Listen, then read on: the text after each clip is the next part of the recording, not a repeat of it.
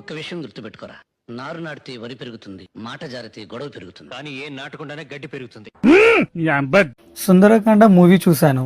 ఏంటి తమ్ముడు cinema report ఏంటి? మూవీ చూశాక నాకు వచ్చిన feeling I want my money back. So స్టోరీలోకి వెళ్తే హీరో నారా రోహిత్ గారు యాజ్ ఏ సిద్ధార్థ్గా 6th క్లాస్లో ఉంటాడు. అయితే మన సార్ ఏం చేస్తాడంటే 9th క్లాస్ అమ్మాయిని లవ్ చేస్తాడు. ఆ అమ్మాయి పేరు వైష్ణవి.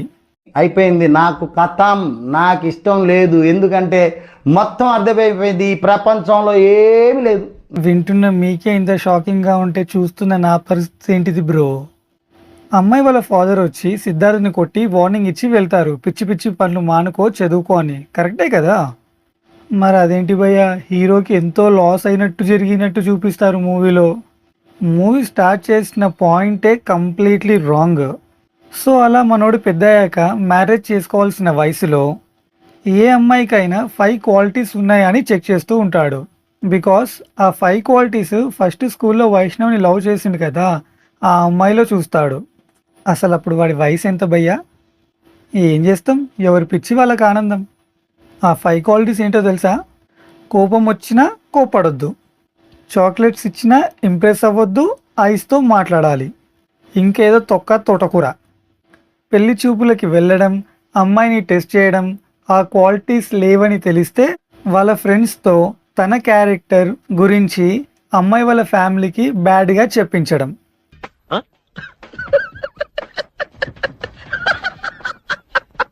నాకు ఇష్టం లేదని చెప్తే అయిపోద్ది కదా భయ్యా, క్యారెక్టర్ బ్యాడ్ చేసుకోవడం ఎందుకు?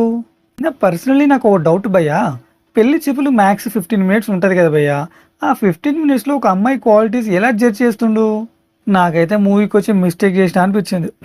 ఫుల్ హెవీ రెయిన్లో పోయిన బ్రో మూవీ బాగుంటుందేమో అని. సో మొత్తానికి ఆ క్వాలిటీస్ ఉన్న అమ్మాయి దొరుకుతుంది. ఆమె పేరు ఐరా. ఆ లవ్ స్టోరీ ట్రాక్ కూడా ఏమంత ఇంట్రెస్టింగ్గా లేదు భయ్యా. సిద్ధార్థ్కి అండ్ ఐరాకి చాలా ఏజ్ డిఫరెన్స్ ఉంటుంది. ఆ అమ్మాయితో క్లోజ్గా మూవ్ అయ్యి ప్రపోజ్ చేస్తే షీ సెడ్ నో. ఇంకా మనోడు ఆ అమ్మాయి చదువుతున్న కాలేజ్లో ప్రొఫెసర్గా జాయిన్ అవుతాడు. సో ఐరా యాజ్ యూజువల్గా తెలుగు సినిమాలో హీరోయిన్లు డైలాగ్లే కొడుతుంది. మనోడేమో బట్టలు ఆరగేసుకునే దండం మీద కంపేర్ చేసి లైఫ్ గురించి ఏదో చెప్తాడు భయ్యా. ఆ హీరోయిన్కి డింగుమని జ్ఞానోదయం అయిపోతుంది, ఇంకా లవ్ చేస్తుంది భయ్యా. తెలుగు హీరోలు తక్కువలా ఏదో పిట్టగా చెప్తారు. ఇంకేముంది, ఇక ఇద్దరు విచ్చలవిడిగా లవ్ చేసుకుంటారు. ఐరా వాళ్ళ పేరెంట్స్ విడిపోతారు. సో ఐరా వాళ్ళ మామ్తో ఉంటుంది. సో వాళ్ళు వాళ్ళ లవ్ మ్యాటర్ వాళ్ళ అమ్మకి చెప్పడానికి వెళ్ళినప్పుడు వాళ్ళ మామ్ ఎవరో కాదు, వైష్ణవి. అదే ఫస్ట్ లవ్ చేసిందిగా మనోడు స్కూల్ అమ్మాయి, ఆమె. పోకిరి మాదిరి ట్విస్ట్ సారు, నా పిండాకుడు సారు. ఇక్కడ ఇంటర్వెల్ భయ్యా, మొత్తానికి ఏదో గండం అయితే గట్టెక్కినట్టు అనిపించింది. ఇంకా సెకండ్ హాఫ్ ఉంటుంది భయ్యా. మార్కస్ చెప్పు. తిన్నావా? పెట్టిర్రు ఇప్పుడే నోట్ల పెద్ద ముద్ద. ఇంకా మనోడు వైష్ణవికి తెలియకుండా చూడాలని మేనేజ్ చేస్తూ ఉంటాడు. ఇలాంటివి మనం ఎన్ని చూసి ఉండొచ్చు భయ్యా.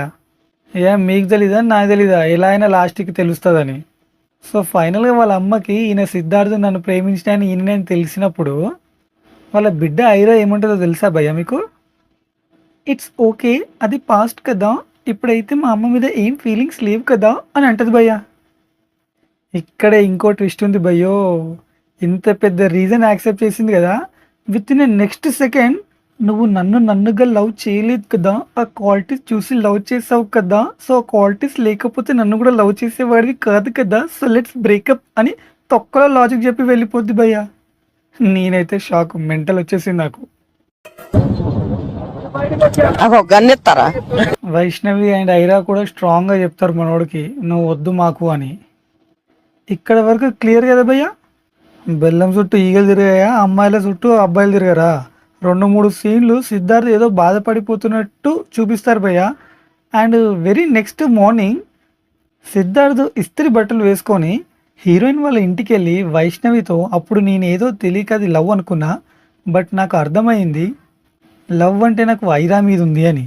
అండ్ ఏవో సెంటిమెంటల్ ఎక్కిపోయే డైలాగ్స్ కొట్టి వెళ్ళిపోతాడు భయ్యా. ఎయిర్పోర్ట్లో ఉన్నప్పుడు సిద్ధార్థ్ వాళ్ళ అక్క కాల్ చేసి వైష్ణవి అండ్ ఐరా కన్విన్స్ అయ్యారా అని అడిగితే ఏమో నాకు తెలియదు, నేను చెప్పాలనుకుని చెప్పి వచ్చేసా. వస్తే వాళ్ళ ఇష్టం, రాకపోతే వాళ్ళ ఇష్టం అని అంటాడు భయ్యా. ఇంకేమవుతుంది భయ్యా, వైష్ణవి అండ్ ఐరా వస్తారు, ఎయిర్పోర్ట్లో క్లైమాక్స్లు, ఫైనల్గా కలిసిపోవడాలు, ఇవే కదా తరతరాలుగా యుగ యుగాలుగా వస్తున్న మన తెలుగు సినిమాలు. అసలు ఈ సినిమాకి సుందరకాండ అని టైటిల్ ఎందుకు పెట్టారో ఆ భగవంతుడికి ఒక్కడికే తెలియాలి భయ్యా. అన్నట్టు చెప్పడం మర్చిపోయా, మన వాళ్ళు స్టోరీ స్పాయిల్ చేయకుండా జెన్యూన్ రివ్యూస్ చెప్తున్నారు. వాళ్ళ ఛానల్ లింక్ డిస్క్రిప్షన్లో ఇస్తున్నా, మీరు కూడా ఆ కంటెంట్ని ఒకసారి చూసేయండి. Bye, thank you.